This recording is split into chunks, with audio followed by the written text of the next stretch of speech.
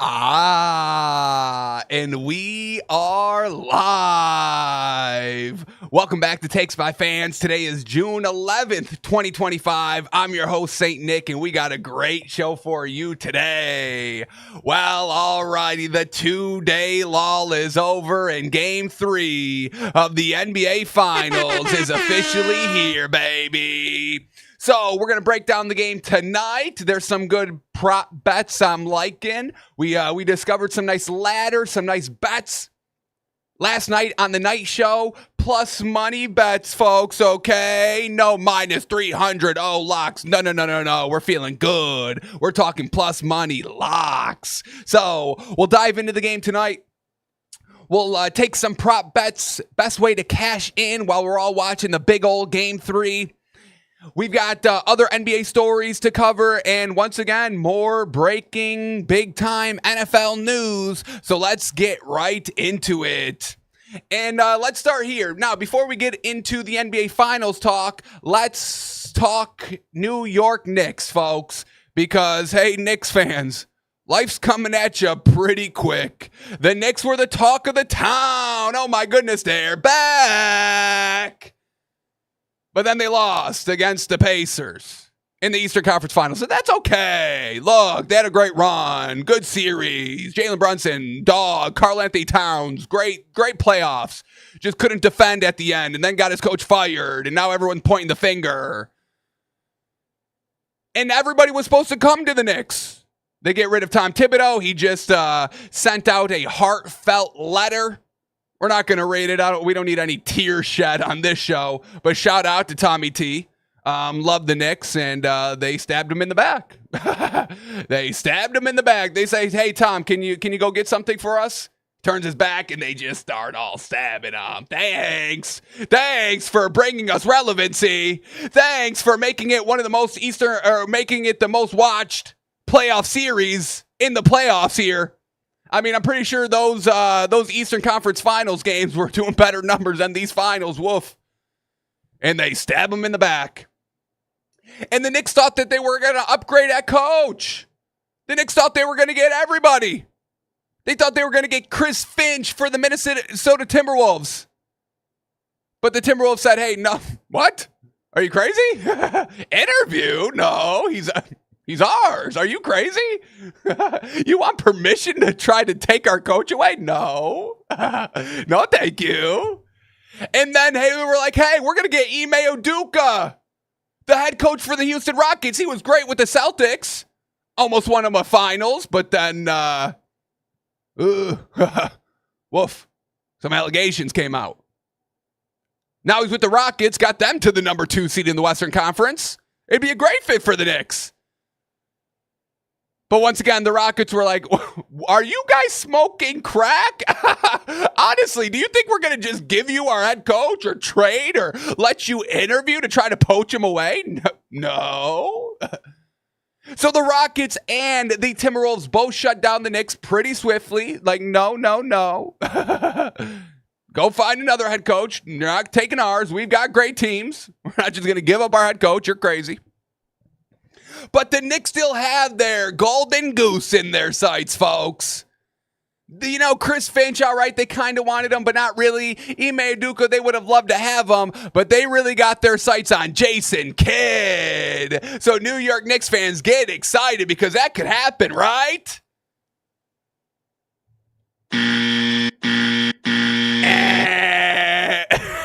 Because the Mavs just rejected the Knicks' request to speak with Jason Kidd to try to poach him away. No, we're about to get Cooper Flagg. We need Jason Kidd. Are you crazy?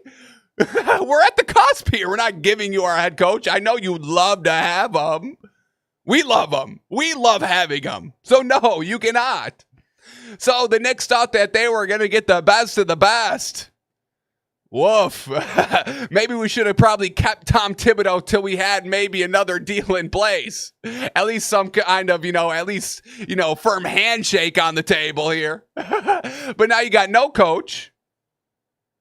There's no good prospects in sight. Jay Wright, who, Coach Villanova has already said, hey, I'm retired. I'm cool here. I don't need to go anywhere.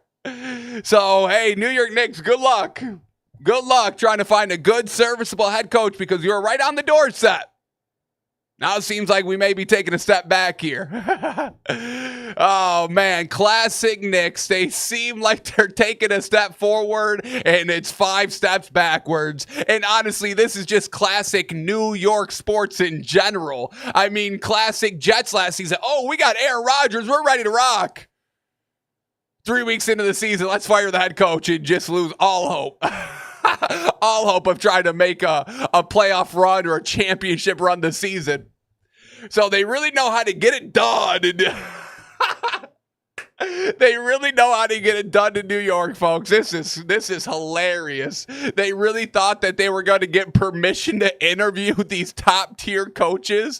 I mean, honestly, what are they thinking? The national media had everybody brainwashed that the Knicks were going to get like all these great head coaches and that every team would just be like, yeah, you can take whatever you want from us, Knicks. Oh my God, Knicks, you're really close to winning a championship. We'll just take whatever else you need. You need the head coach to get you over that point. Go ahead and take him. Like the league is like all friendship and rainbows here. Absurd. Knicks front office is still as delusional as ever. Oh, man. So we'll see who's the next candidate to shut the Knicks down, to be like, no, you're not taking a look. You're not sniffing around our team, trying to take what you want. No. Well done, Knicks. Well done. All right, let's move on to the NBA Finals talk. The team that actually beat the Knicks, that actually do have a head coach, good head coach, NBA champion head coach. I mean, maybe after the finals is all said and done, maybe the Knicks try and call Rick Carlisle, you just beat our butts, but how about you come coach us? I'm sure the Pacers would be like, no, you cannot talk to Mr. Rick C. So, NBA Finals Game 3 on tonight. First game in Indiana, and we're tied up 1-1. And what we're all waiting for, we want to see how this Indiana home court is rocking. We've been hearing it the last few days, ever since the end of Game 2, knowing that they're going to have that home game tonight. We've heard it from the head coach. We've heard it from the players. We've seen it in the city. I've been shouting it out because I love what's going on here. We got to see what noise y'all are going to bring. Indiana, we got to hear you tonight. Everybody says Indiana's one of the bigger markets. Well, let's see. Let's see what you got. Can you put your market on the map?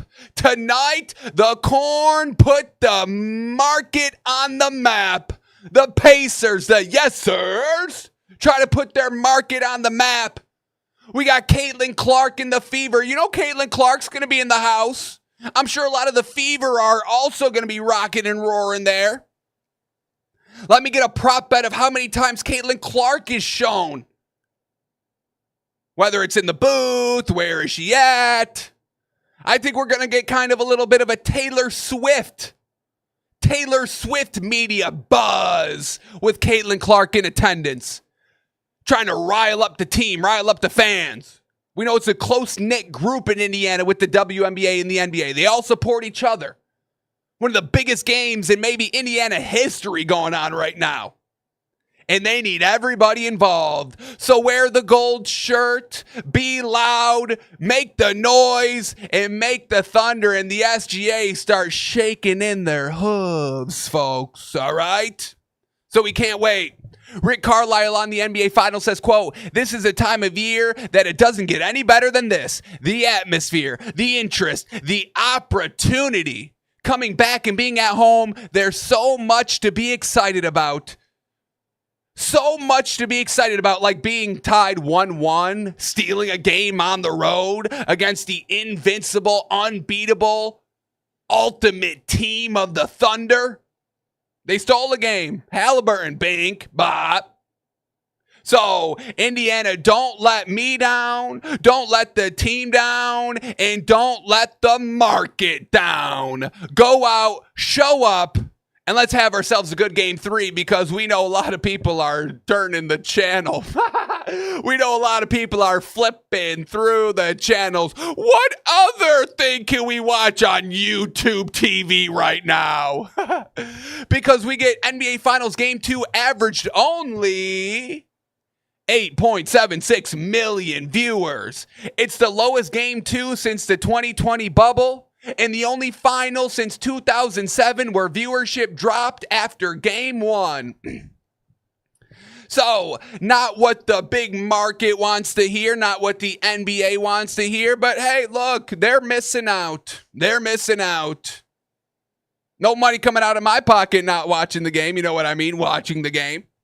So, let the media have this narrative. Oh, it's a boring finals, all of this, blah, blah, blah. We got a superstar in the making right here in Tyrese Halliburton. We got a legacy game on the line for Tyrese Halliburton tonight. You better be tuning in. I want to see these numbers jumping up. And yes, I'm saying that. Tyrese Halliburton, superstar in the making, right on the cusp. But we got to see him tonight.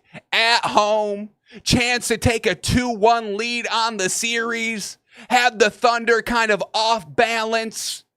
We got to see it tonight by Halliburton. I got to see it from start to finish, not just being down 20, not just, finally coming alive halfway through the fourth quarter. I want start to finish. I want 20 plus points by our man tonight. If you're the man, we saw him during the Eastern Conference Finals. We saw him start to step up to the podium when they were gearing up to announce the award winner for Eastern Conference Finals MVP. Doing his Jason Tatum. Oh, I'm a shoo-in for this. Watch this. Hey, everyone listening. Hey, everybody shut the heck up. They're about to call my name. So Halliburton, you're him. You think you deserve all the awards. You think you deserve to be called a superstar because they're still disrespecting you all over the national media.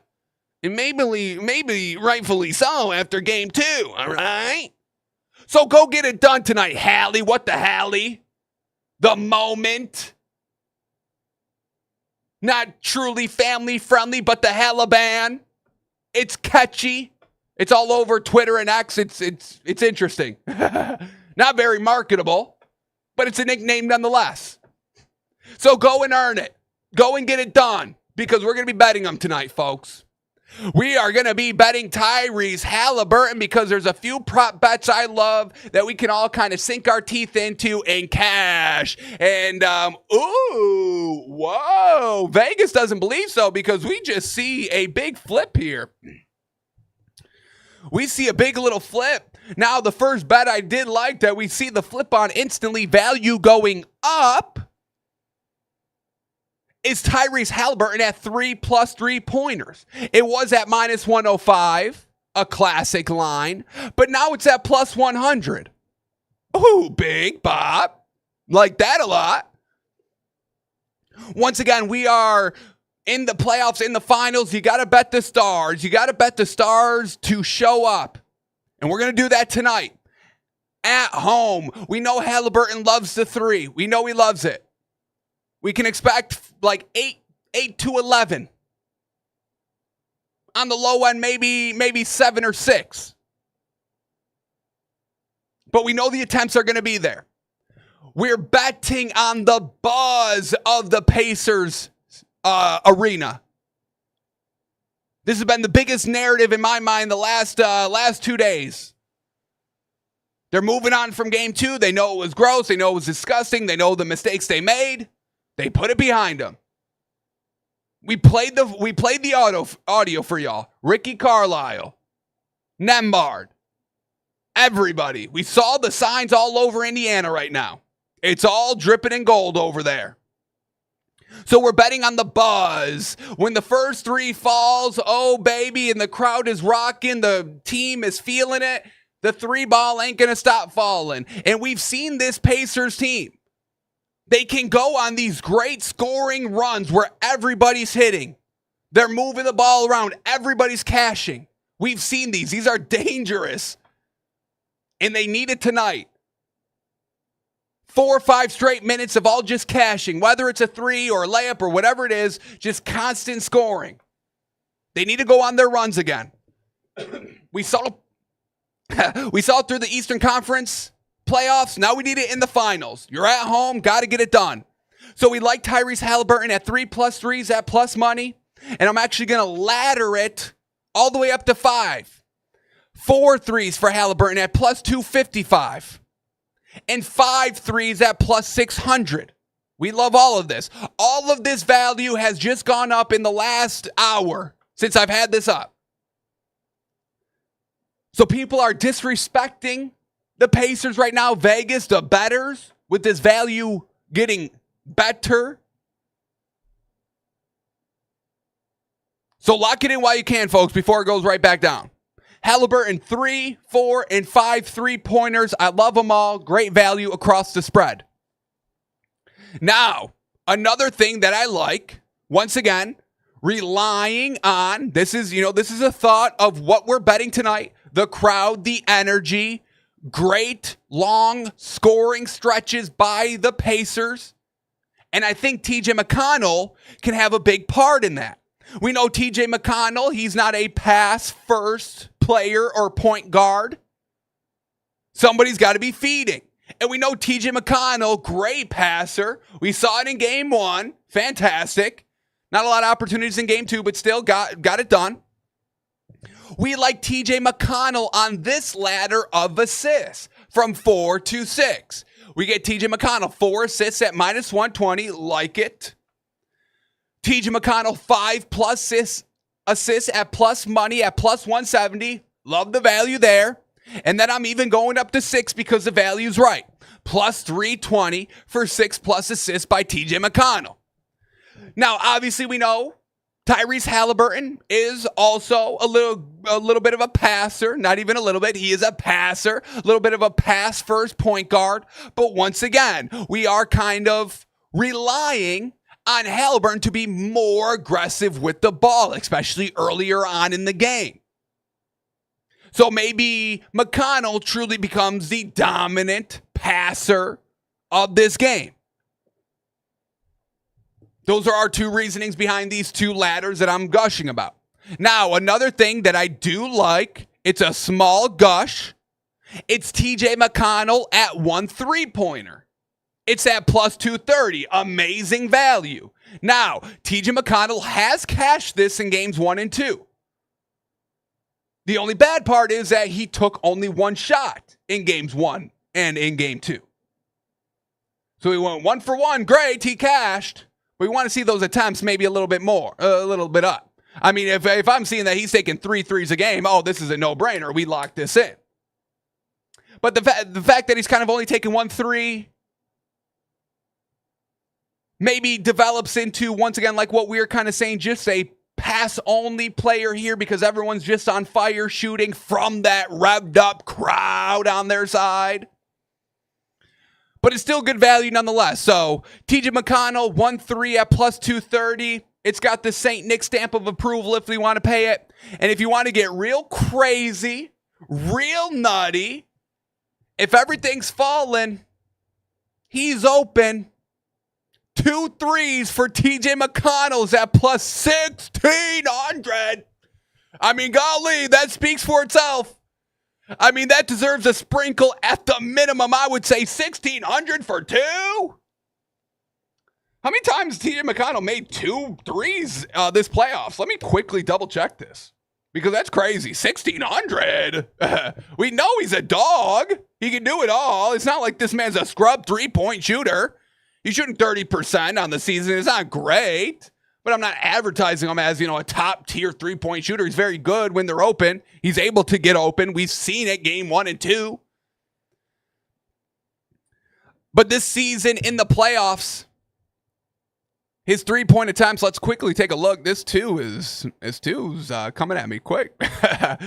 Here we go. In the Milwaukee series, 0-3, 0-3, 0-3s. He made 1 of 2, then 0-3s. In the Cleveland series, 1 of 1, 0 of 1, 0 of 0, 1 of 2, 0 of 0.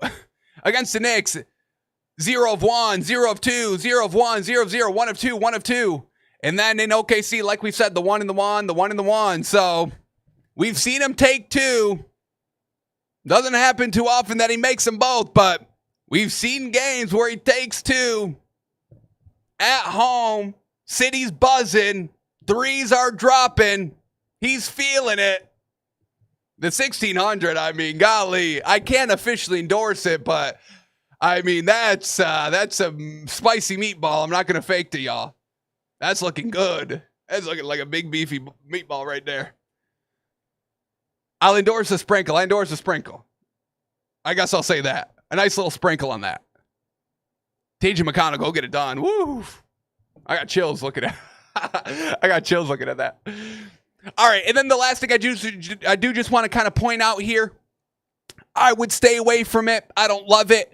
We saw it last night. We get SGA. His 2+ 3-pointers are now at minus money. We saw it in game 1 and 2 at plus money.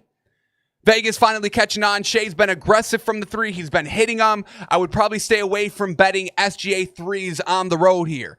Not saying that he's not going to have a good game or he's not going to put up his points or whatever it is. I just don't love that we're not getting the value anymore. The value's gone on it. I don't think we kind of chase it. We get it at minus 130. So, alrighty. So, NBA Finals on tonight. We didn't even check the line. Let's see if that's moved at all. It hasn't. A lot of people are still taking the Pacers plus 5.5. We see it's at minus 115. Just quickly, if you're new to sports betting, odds, classic odds are minus 110 both ways. If you kind of see odds differing from that, you can expect money coming in on that side. So a lot of people are taking the Pacers here. It's not moving the line. It's just lowering the overall value on the line. So that's what we've got. I don't see this one moving. We were kind of saying maybe it could get to 6 by tip-off yesterday, but what we've seen so far, I think this is sticking at 5.5. Don't see it approaching. Don't see it really moving before tip-off. So we can wait. We can wait until the final second if you bet that way.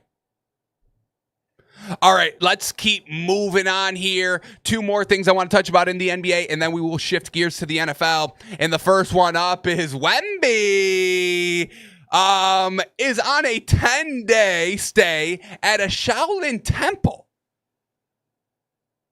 And I kind of like it. Wemby finding his introspective, finding his true self, meditating. Maybe should have brought Aaron Rodgers along. We know that's what he likes to do.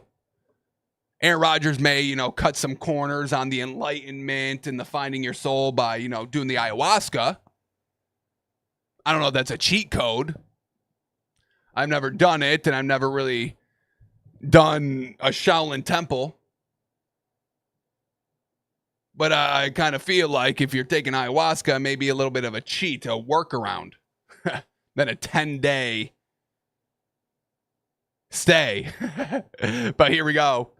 The San Antonio Star is in the midst of what's expected to be a 10-day stay at a Shaolin temple in Zhangzhou, China. Pardon the French if I got it wrong. The temple is a place that welcomes visitors who wish to study Chan meditation, Shaolin Kung Fu, and traditional Chinese medicine and more. So we get Wemby posting some photos. We see him kind of, buzzing his head. We see him on the Great Wall here. So Wemby finding enlightenment. The league may be on notice here, folks. Getting Kevin Durant.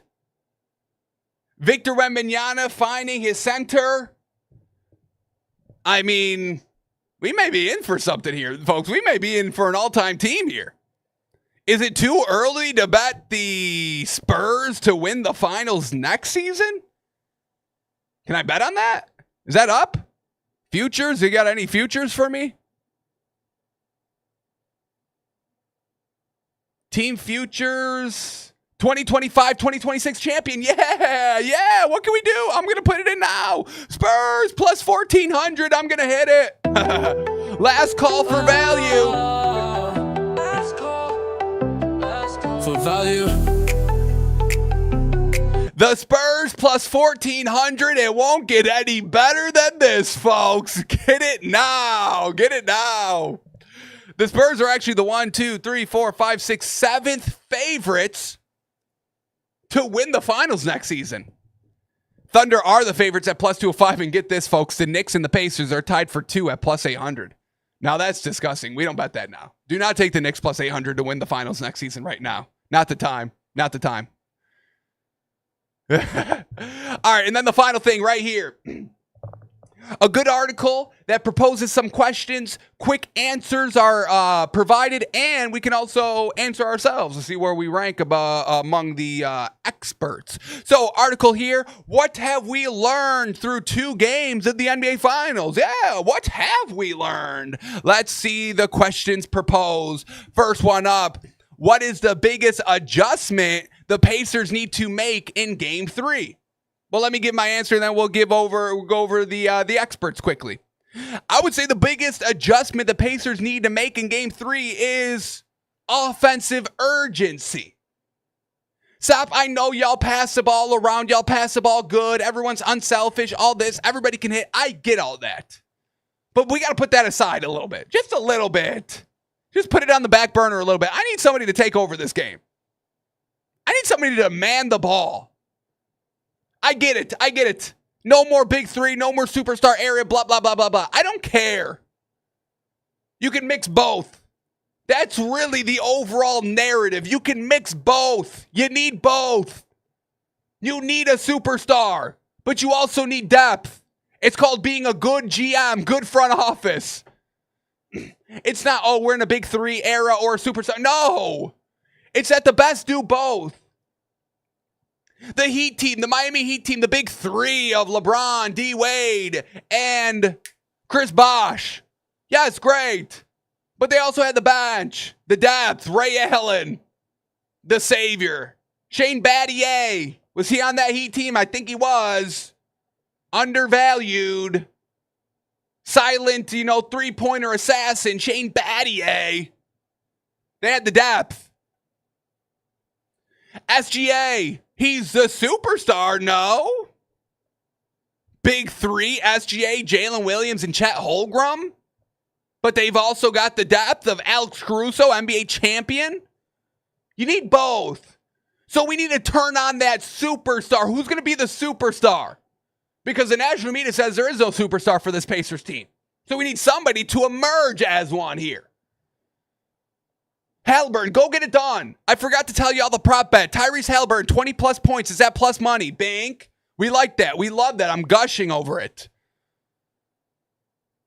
So go get it done, Haliburton. Be the superstar. Make people force themselves to call you a superstar, not this, I'm going to use the word pussyfooting around. Tiptoeing around. Stars, borderline, made clutch moment, blah, blah, blah. No, he is a superstar, bona fide. Make him demand it, Haliburton. Get it done tonight. All right, we get Kevin Polton says it's time for Rick Carlisle to consider shrinking his rotation. Michael C. Wright says 5 shots in the first half aren't enough for an offensive engine like Haliburton. Yes. Make your presence felt. Yes. Offensive urgency. I agree. Ramona Shelbourne. The Pacers have to get out and run more. Okay. Run, cardio. Go get it done. We're at Planet Fitness here on the treadmill. Go get it done. Bobby Marks, attack the paint more. Okay. Offensive aggressiveness. Perfect.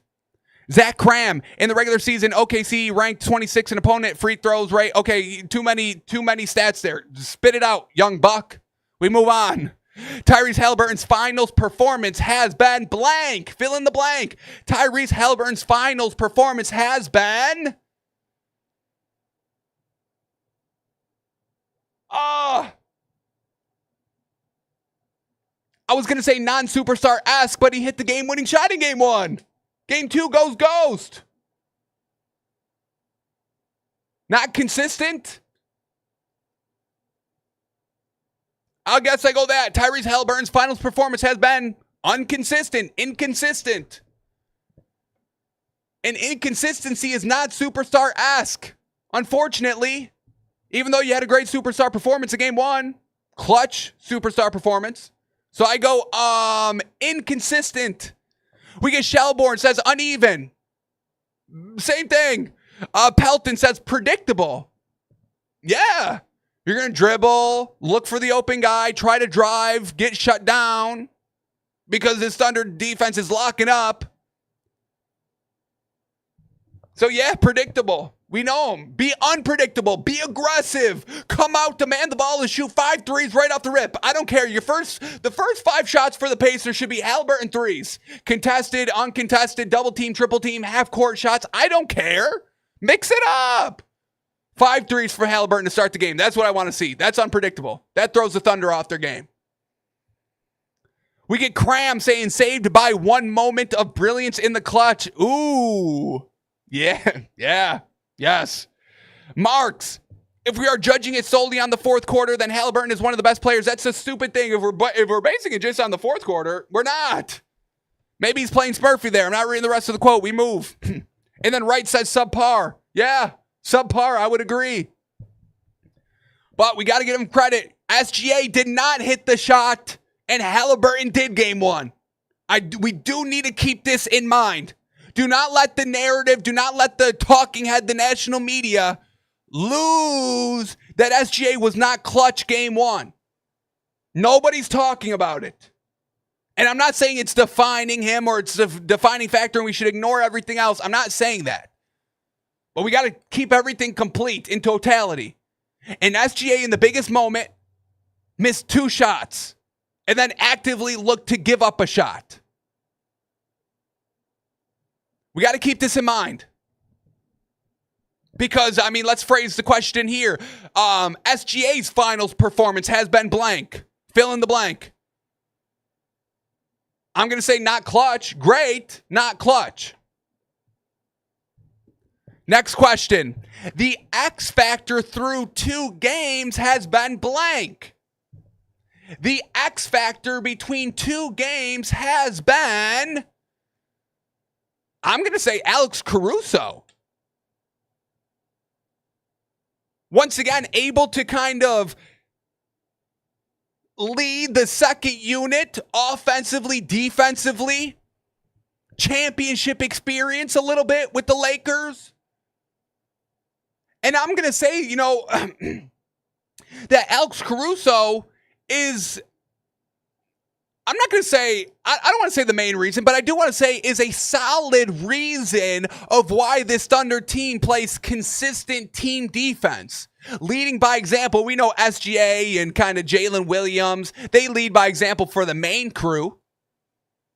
But I believe that Alex Caruso keeps these other role players, the bench players, he keeps them in shape, keeps them up to it. Doesn't let Alex Caruso, great leader, doesn't let anybody kind of slack off. So I'm going to say Alex Caruso off the bench is the X factor through 2 games. If you don't say SGA. I was looking to not do SGA just because, obviously he's the main reason why they're winning and everything. But here we go. Mark says Isaiah Hartenstein. Okay, yes. We kind of saw that. More minutes game 2. They don't beef the game. And Chet plays better. That's fine to say. Pelton says shot making, but not in the way we usually think of.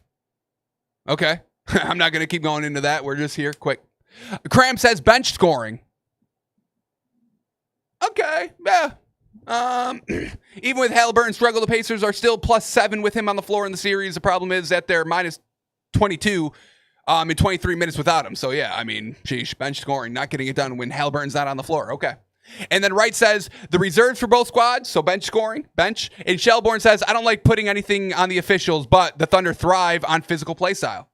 And that is true. I mean, X Factor could be this, and honestly, yes, this Thunder defense. They swarm, they don't foul. I mean, we gushed over the active hands in game 1.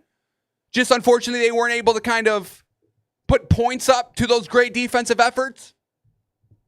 So, yeah, I mean, I like that. I like that. The X factor truly is the Thunder defense. The active hands. All right, 2 more here quickly. Which game is more indicative of how the rest of the series will go? Game 1 or game 2? And I'm going to say game 2 is more indicative of how the series will go. I don't think Pacers are going to keep turning the ball over. And I don't really think the Thunder are going to beef another 20-point lead. I think this series is going to be like what we saw in Game 2. Thunder doing their Thunder thing. Pacers seeming like they rubber banded 20 lead down to 11. Maybe into single digits. The 8th and 9 feel good. And then just give it all up again. If I have to choose between the two games, I see the rest of the way kind of playing out like Game 2, unfortunately for Indiana. Pelton says Game 1. Shelbourne says the Thunder outscored the Portland by the largest margin. All right, just give me Game 1 or Game 2 here. We move on. Sorry, Shelbourne. Cram, I hesitate to doubt Indiana's ability to come back. They're dancing around it. Mark says it should be how Game 2 played out. Yes, I agree. And Wright says Indiana dealt with a 15-point deficit in Game 1 and trailed by Game 2 as 23 points. I'm not reading the rest of it. All right, final question here, and then we move on. What's one under-the-radar storyline for Game 3?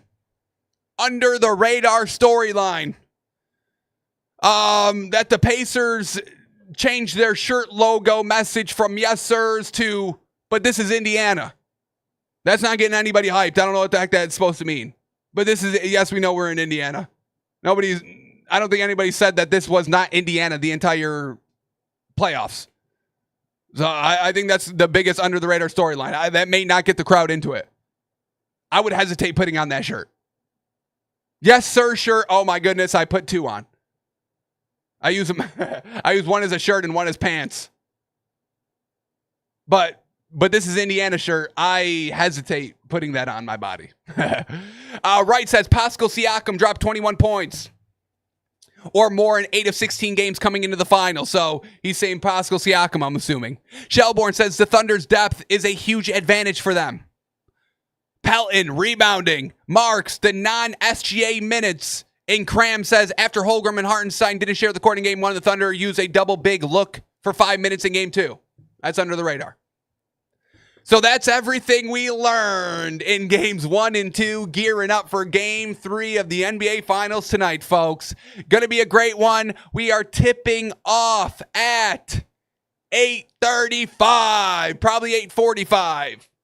They've been late, but not too late starting, so I can't knock too much. But 8:35, watch the finals, drive up the viewership, and shut the national media up. Boring, schmoring. Alrighty, let's shift gears to the NFL here, folks. And look, this popped up on the timeline, so I just want to gush about it a little bit. We all know this play if you're watching. I could describe it. It's Eagles-Rams playoff game in the snow. We get Jalen Hurts under center, hands the ball off to Jalen Hurts in the snow, or to Saquon Barkley in the snow, and Saquon Barkley does his thing. Look at Saquon go, folks. Woo! What is that, 70 yards to the end zone at the 35? 65-yard run in the snow for one of the greatest running backs of all time, the Madden cover athlete, Super Bowl champion, Saquon Barkley. Woof! Man, I get goosebumps watching this play. Oh, hey, what? Hey, whoa, hang on. Hang on. Oh, my goodness, my glasses were fogged. This isn't Saquon Barkley running in the snow for a 65-yard touchdown. It's James Cook, who doesn't deserve any money. Who says, hey, show up to training camp, don't show up to training camp, we don't really care, we're not going to play you anyway or pay you, so we really don't care what you do. It's James Cook in the snow. 65 yards, it's blowing by everybody, and this ain't no scrub of a team, this is the Niners defense. The Niners! Division favorites year after year after year after year. Looking like old school Buffalo Bills, getting to multiple Super Bowls and beefing them all. Bing, zing. Pay James Cook. I mean, what are we dancing around? Look at this. Pay James Cook. Shout out. We move on. Here we go. We were worried about this man a few weeks ago when this shoulder injury kind of popped up for CJ Stroud. We didn't like the wordage his head coach used, saying that they're using extreme caution. We didn't like that he used the word extreme, the adjective extreme on it. We thought it could be hiding something, but we may have read too much into that narrative. Because we get CJ Stroud throwing at practice, and he's downplaying the shoulder concerns. The quarterback told reporters Tuesday he's quote-unquote fine after returning to throwing in practice this week, adding he believed the buzz surrounding his right shoulder could be blamed on a lack of offseason news. Saying, quote, I think y'all don't have much to talk about. Oh, don't disrespect me, CJ. I've got too much to talk about, so settle down. And the only reason why this became a big story is because your big mouth of a coach said, oh my God, we're using extreme caution. Extreme caution seems like that perks my ears up. If he just said, yeah, we're just using a little caution around him, it's no big deal. Ears perked down, we don't talk about it. But if you're saying extreme caution, I'm a be cautious. I'm a be a little cautiously curious on what's going on with you. Says, quote, I think y'all just don't have much to talk about, so everything is blown up in the offseason. I'm fine, man. I'm really okay. Stroud added, quote, I felt great. I'm very grateful to be back on the field, a little rusty, made some throws, missed some throws. Just very grateful to be out there with the guys. And then another quote here. I took this offseason very serious, just working hard, trying to get my body right. I was here pretty early with our strength guys. I've been working really hard on getting my body right, losing body fat. Luka Doncic, maybe give him a call. Trying to be faster, stronger. It went really well, but there's always risk and reward. There are always risks to working hard. It was a great offseason. I think I got that done, but I wouldn't say that was the reason why a lot of everything. Okay, so you just said you are working hard. You also said there's always risk to working hard. You had a sore shoulder, and then you're laughing because we have nothing to talk about. I mean, you're literally just saying why we should have been concerned there. You were working hard in the offseason. Maybe a little too hard. Overextended the shoulder a little bit, and that's fine. But don't disrespect me and say we have nothing to talk about. I take that as disrespect. Your coach said extremely cautious. And now you're saying that you are actually working very hard in the offseason and that there's risks to working hard, a la injury or soreness. So don't act like we're crazy now. Don't gaslight me. Don't gaslight me, CJ Stroud. Because look at this now. Now everyone's got shoulder injuries. Anthony Richardson got a shoulder injury, and he probably won't play this year. He's getting a second opinion from the doctor that actually performed surgery on him. Shoulder still bunk. We get this one now. Jaguars quarterback Trevor Lawrence seen wearing throwing sleeve at minicamp, dealing with quote-unquote general soreness. Now that's what we heard.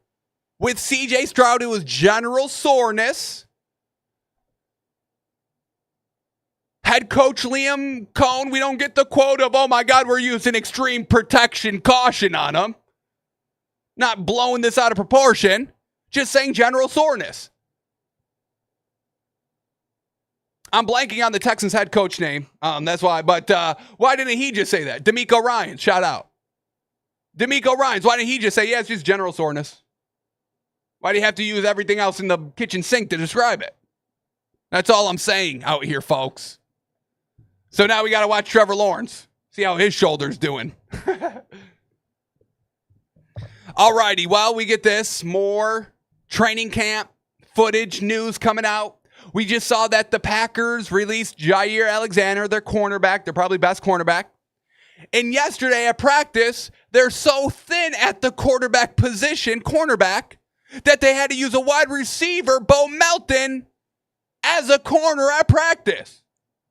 So yes, I'm going to sound the alarm of why the Packers are probably not going to be too good this season. Their defense is lacking in the cornerback department. And another team that maybe we should be a little scared of. I've been sweeping this Bengals defense under the rug. I was like, it can't be any worse. They'll be fine. They'll at least get it a little figured out. The offense is going to be good off the rip. So, nobody's holding out offensively. So they're going to be on the same page early on. I didn't think the defense was going to be that big of a factor, even though it was a big factor last year. And I get it.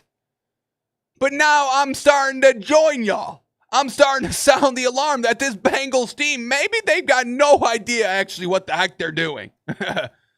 Because they're not paying Trey Hendrickson, the edge rusher who just, I think, led the league in sacks last year. Once again, nobody pays for great production. It's an abomination. Nobody wants anybody to have any money. Why work hard if it's never paid off? It's becoming a little tiresome, folks. It's ramped up over the last 5-10 years, and it's obviously not going to slow down. And now it's just becoming annoying and disrespectful. So you're not paying Trey Hendrickson. This defense is trash, so who are we paying on this defense if we're not paying the great production? They draft a rookie edge rusher, I want to say 17th overall. It was real early on, first round. And now they're reluctant to pay him his rookie deal. We get Shamir Stewart yesterday saying, quote, I'm 100% right. It should be a no-brainer. A la in paying talent and paying your players. Says, quote, I'm 100% right. It should be a no-brainer. In Trey's case, Trey Hendrickson, it should be a no-brainer too. And truly, if we're talking no-brainer, Trey Hendrickson's a no-brainer there. Yes, pay, whatever. Give him the sink. Goes on to say, I'm not asking for nothing y'all have never done before, but y'all, the Bengals, just want to win arguments more than winning games, in my opinion. Oof. Well, this is not a good first impression by anybody. Shamir Stewart or the Bengals front office or, the Bengals organization in total. And he's not necessarily wrong here. Everybody yells at the players for fighting for more money or fighting for pay. Well, folks, can we all keep in mind that these are the players doing it on the field? Generating all this money, generating an actual team that can't compete. It's the players on the field. Yes, the coaches and the front office that, scout and draft, yes. But it's also the talent on the field. So yeah, maybe we should respect them a little more, especially when they're leading the league. In a great, it's not like there's trash edge rushers everywhere, and Trey Hendrickson is just so good that he's just winning most sacks in a year by default. He's going against T.J. Watt, was going against Aaron Donald, not the last 2 years, but still. So. Chop Robinson coming up. Yes, I said Chop Robinson. Remember the name. You got the Eagles coming up for you. So, yeah, maybe we should pay. Maybe we should pay up a little bit. And once again, he's saying, I'm not asking nothing that y'all haven't done before. I'm going on precedent. Everybody loves precedent. That's why precedent's a slippery slope. But he's just looking for precedent. He's saying, hey, based off precedent, based off what's already happened, what you've already done, contracts look like. Y'all took me in the first round for a reason. If you're not going to pay him and you're going to have all this extra money lying around, I'll take some of it, I guess. So, yeah, we got to start being big concerned for the Packers and definitely for this Bengals team. Because, man, oh man, they're losing everybody and they're not paying their great players defensively. Joe Burrow, those shoulders, man, oh man, more weight on them for you. Good luck. Alrighty, another team that I think we're starting to get concerns on. We touched upon this a little bit last week because another player not getting paid, deservedly so, should be getting paid. Scary Terry McLaurin for Washington. A great constant, a great rock, a great veteran, leader, weapon, receiver for a new age up-and-coming Washington team last year. A reason why they made it to the NFC Championship game. And y'all don't want to pay him? Disrespect, so he doesn't go to mandatory camps and all that. And now we get this footage coming out. And this was posted by Washington's official social media accounts, which I don't think is a good thing. I wouldn't have showed this. If I'm the front office of Washington, I'm like, please pull this down, and I need permission from here on out. You got to show everything by me before you start posting things on Instagram and Twitter, because I don't want this out. The title is Iron Sharpening Iron, which I don't mind the phrase. I love the phrase, but we keep this internal. Or if it was like what your rookies going at it, okay, go ahead, show it. I don't care. But if you're going to show one of our premier stars that we just paid a bag to getting locked up, no, we're not posting that. Deebo Samuel getting locked up by the corner here. Iron sharpening iron. Fat Deebo. We saw it gained a little weight in the offseason. Looks to be slim here. I'll give him a little credit. Doesn't seem to be as beefy. But still getting locked down. And once again, why would Kyle Shanahan and the Niners let Deebo go out of anybody? Could have let Ayuk go last year, but didn't. Paid him the bag. He ends up getting injured. Unfortunate. Y'all just paid George Kittle. And in my opinion, I think George Kittle's production is going down. The Niners see it differently. We got CMC, who you don't move off of, but, came off the injury last year. Coming off the injury. Not good.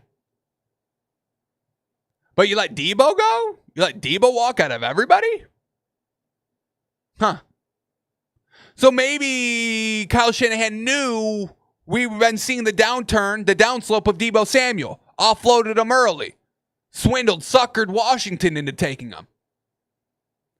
So, I'm a little worried for Washington. Is Deebo good? Is Cliff Kingsbury going to be able to scheme him up? And is Jaden Daniels going to take a step back?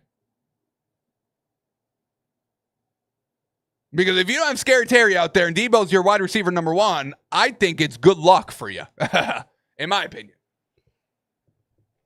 So, another team I'm kind of falling off of as the season progresses. And once again, I told y'all to try and lock in the Eagles winning the division as soon as you can.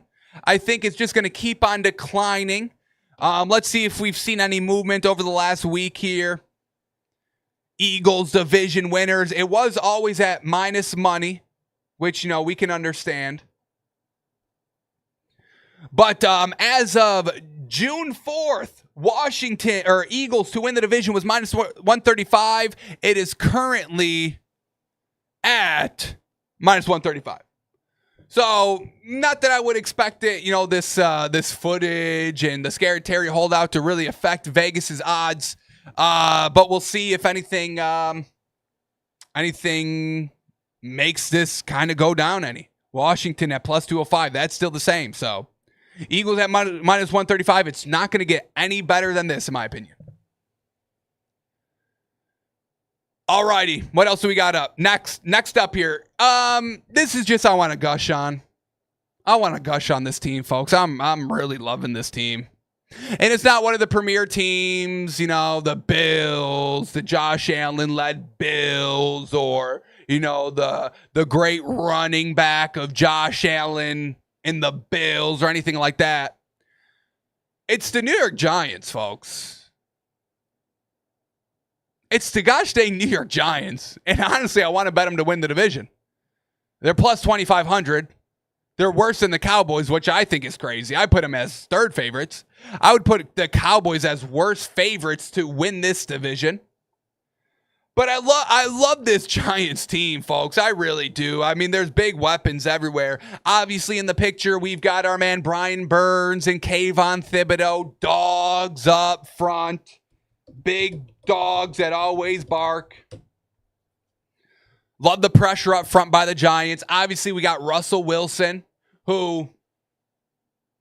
I'm not gushing just because of Russell Wilson. Russell Wilson, I think, is a solid addition to this team. I love their quarterback room of Jameis Winston and Jackson Dart. Brian Daboll, a little bit of a question mark. Is he an offensive mind or not this season? I mean, it's got to be, his last season to really show us something good. We get Tyrone Tracy, who I'm absolutely gushing about. I love this man. Running back, we stand. Tyrone Tracy, 839 yards last year, 5 touchdowns. Love it. Another 284 receiving yards, so give him 1,000 yards in total. Bink. Love that. Plus, we got Devin Singletary, another big, solid running back. A nice running back by committee. You add a third leg to that running back room, the rookie Cam Scatabo. Great. Okay, we'll always take depth. Our receivers, I don't think anybody's giving big respect to. Malik Neighbors, Wan'Dale Robinson. I think that could be an elite 1-2 duo in this league. I don't want to compare it to this right off the rip because it's disrespectful to them. But I think if they reach their fullest potential, this could, once again, folks, I'm not putting so much weight on these words, but, I think this could be a little bit of an A.J. Brown, Devontae Smith kind of 1-2 punch that the Eagles have. I'm not saying it's that right now. I'm saying it could look like that at its peak. So settle down. Don't shoot me. We still got Jalen Hyatt, who's like the 4-string receiver, who I still got a little love for. Andrew Thomas at the tackle. All right. Okay line. Dexter Lawrence up front at the nose tackle. I already told you, Brian Burns and our man Kayvon Thibodeau. They got Javon Holland,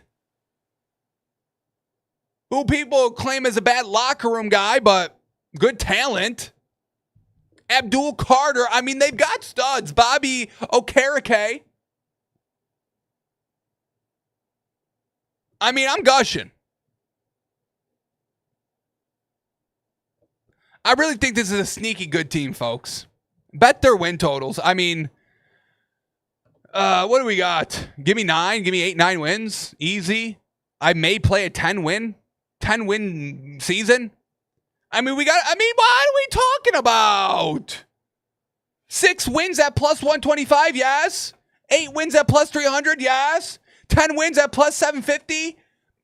I think about it. I'm really gushing, folks. I really love I love this Giants team. I'm gonna start bleeding blue. This is our year. This is our team. We bleed blue. Whether it's the offense or the great defense, we love them. For the Big Apple, beat your division. Eagles, Washington, Cowboys, this is our year. Go Giants. I'm gushing.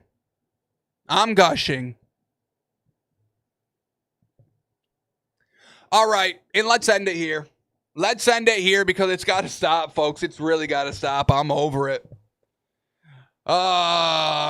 Once again, folks, why we do this show? What do we do this show for? What's the main message of this show? Sports narratives get clearer every day. We adjust accordingly. That's why we're here every day tracking. That's why we say things when early reports come out, track that and see how it's progressing, see what's going on, and then reevaluating. We got to reevaluate on Aaron Rodgers, folks. Everybody's still off. We get Aaron Rodgers saying, or Nick Wright saying, quote, being in the Aaron Rodgers business is a mistake. On ESPN this morning, First Take, Tannenbaum goes, oh, this isn't working. He says Aaron Rodgers is going to be irrelevant by Thanksgiving. He's going to be irrelevant. Aaron Rodgers, irrelevant by Thanksgiving. This Steelers team, irrelevant by Thanksgiving. This Steelers team that hasn't had a losing record in a million years. Who's got an ultimate leader of men as a head coach, Mike Tomlin. Who's always had a great, reliable defense. TJ Watt, Minkah Fitzpatrick, dogs over there.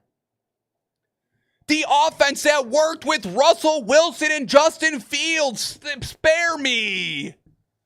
Spare me. I don't care if Aaron Rodgers was a paraplegic. He's still better than Russell Wilson. Him taking the snap from the seated position and then scooting his butt back on the turf.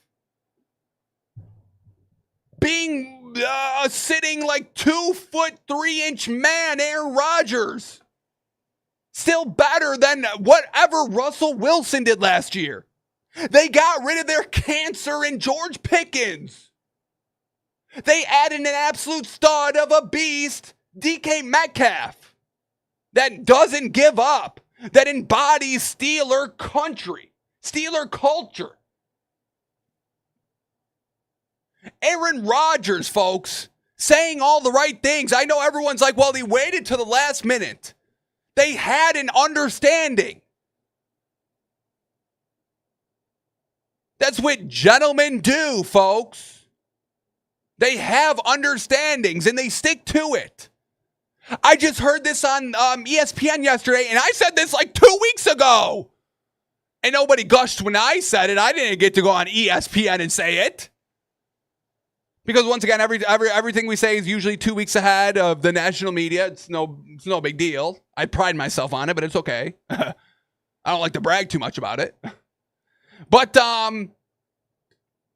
they were saying that like, oh, this is going to work because the foundation of the Steelers and Aaron Rodgers is built on trust and respect.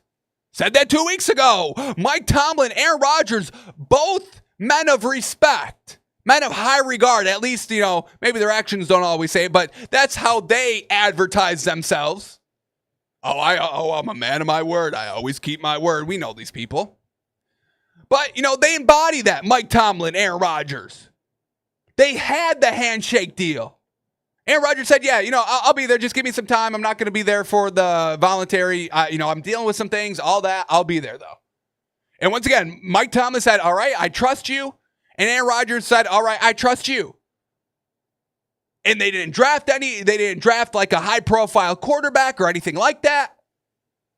They didn't go out and get a Kirk Cousins or something in free agency that they could have in a trade or anything like that. They said, nope, we've got to deal with Aaron Rodgers. So yes, this foundation is built on trust. Exactly what you want an Aaron Rodgers team to be. We get Aaron Rodgers finally at the facility, addressed the team and said, quote, I'm all in from here on out. From here on out, I'm all in. I'm all y'all's. Screw what the national media says. They don't know nothing. I'm here now. I told y'all I was going to be here, and I'm here. I'm buying in. We had Aaron Rodgers working out with DK Metcalf in the offseason. Oh, well, he's not getting the time to take the time to learn to his new receivers. He is. What are you talking about? So once again, folks, everybody, national media, they're all once again just keep drumming up the same garbage about Aaron Rodgers. I get it. He's not the most likable person. I get it. Trust me, folks. I get y'all. He's annoying. He thinks he's bigger brain than he actually is. Trust me, I get it. But we can't deny his football talent.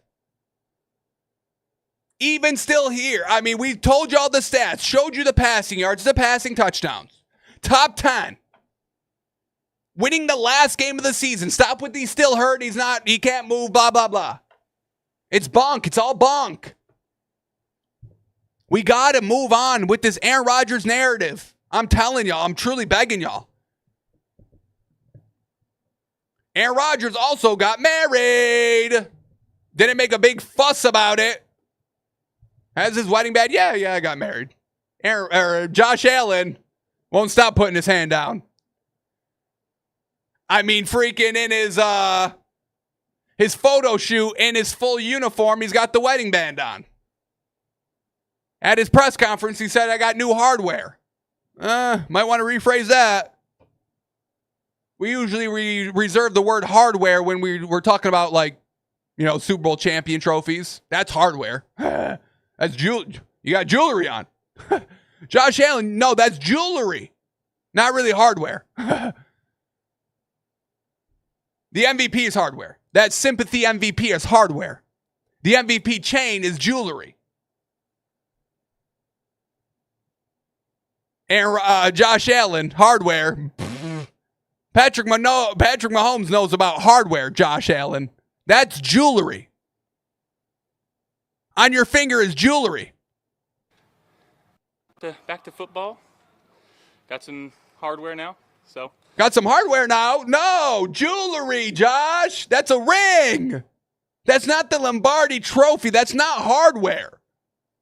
Good to go. Hardware now, so. Got some hardware now. Hardware? So. It's a ring. It's jewelry. Hardware now, so. Imagine going to K Jewelers and being like, "Yeah, can I get your finest hardware?" Excuse me?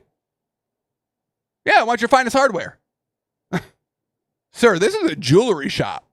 Yeah, hardware, jewelry. No, not the same, Josh. So, let me leave him alone. Let me leave Josh Allen alone. We're on Aaron Rodgers here. So, Aaron Rodgers, we got to knock it off with this narrative, folks.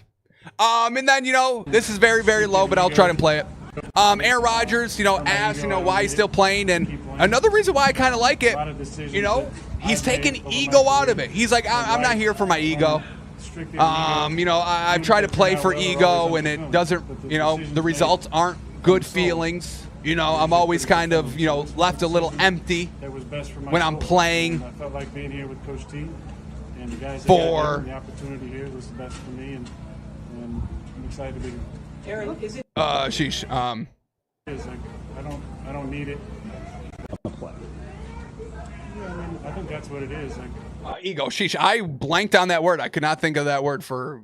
Jeez. But yeah, you know, not playing for ego here. Very good for Aaron Rodgers. I don't need it. Obviously, you've been talking to Joe Rogan a lot, which is good. Learning something. Good. So not playing here for ego. You say he's playing it for his soul. He knows he can still play football at a high level. His soul knows it. He's playing for his soul. Playing with his soul. So I like Aaron Rodgers to the Steelers. I think this is a successful year. You know, he was gushing about DK Metcalf to Pat McAfee. So, you know, it's a lot of respect at this Steelers team. A lot of talent, a lot of winning on this team. Watch out for them to compete in the division, folks. I think they can compete. Bengals got no defense. Ravens beef every year. Let's see if this Aaron Rodgers-led Mike Tomlin Steelers team can get it done. I think they can. Alrighty, folks, that's going to do it for us today. I appreciate everybody tuning in, watching, listening. We've got NBA Finals on tonight. Bing. So make sure you watch. We'll be at the night show tonight, 7 p.m. Eastern, so come join, tune in. We'll preview the game and break it down a little bit. But we're back tomorrow, live, noon to 1, to see what's got to be reined in from y'all. What did y'all take a little too far here? I'll rein it in. So we find out tomorrow. Alrighty, folks. We're out of here. I appreciate y'all, and we'll see you tomorrow. Oh my goodness, one final thing here. We did finally hit our bet, our daily $100 bet in the Discord 2 days ago. We ran the race yesterday, but I filtered the wrong things because there's like 3 people in the Discord that show on my end that didn't that got in through not paying, and one was this bot from our payment system that we use in our Discord, and that bot won. So can't have that. Can't have that. Didn't realize it until I went to go DM them on Discord yesterday. So we got to run the race back officially. So shout out to everybody in our Discord. And it's still 7 participants. Once again, just one bot snuck in there. So we got to rerun it. Not paying the bot, I'll tell you that. Paying the bot. So here we go. This is the official list. Everybody in the duck pond. Shout out, Collect What You Love, Suncoast Ben, WTH, Frank the Tank, Moose Mania, Alice Ghost, who sucks at Madden. I'm Jessica, and Omar, all in. So I appreciate y'all joining the Discord, supporting me, supporting Takes by Fans. Means a lot to me, truly. And now it's the least I can do at giving y'all back. So this was from our bet right here that cashed. Bingo bango, Florida Panthers, Game 3, winning in regulation, and that was no contest. $95 up for grabs here in the duck race, and the first duck to cross the finish line is taking it all down. So 1 minute on the clock over here on the official. 3 shuffles. 1, 2, 3. And here we go. Best of luck to everybody, folks. And we are off. We got one plain Jane at the top with Jessica. We know the plain Jane doesn't quack fair, so keep a watch fly. We got Omar, the Dr. Duck, paging Dr. Duck, the new leader, 15 seconds in. We got Moose going the grimace. Collect What You Love, rocking the pink stripes. We got Frank the Tank with the witch duck on his broom. We got Ghost on the strawberry duck, the fan favorite daily reminder. Eat your fruits and vegetables. Ben rounding us out on the green hearts. 30 seconds in. Omar in the lead, but slowly heading to the back, getting carried away by the current. Moose, the new leader of the pond, turning the duck to a moose. 20 seconds on the clock. Ducks are heading to the back of the pack of the quack, the boost and juice, but Moose staying firm in the lead. But in the final 10, we know it's any ducks right. So here we go. I got Jessica making a small time move up top with the plain Jane. Here comes the witch duck. Broom gaining steam, gaining momentum. Frank in the lead. Frank by a big. Alrighty, so congratulations. Now the first official Takes by Fans daily $100 bet winner. Shout out. I'll post the results in the Discord. And Frank, I'll be reaching out to you, baby. Well done. Congratulations. $95 coming to you. $20 a month, folks, and you get into $3,000 a month of sweat-free bets. Can't beat that. WHOP.com/takesbyfans if you're interested in getting involved. And it's not just that, folks. I give you what's value in the sports betting Discord. So join if you are interested. All right, now we're out of here. Appreciate y'all. We're back tomorrow for the day show. Take it easy, everybody. Get a great rest of your Wednesday.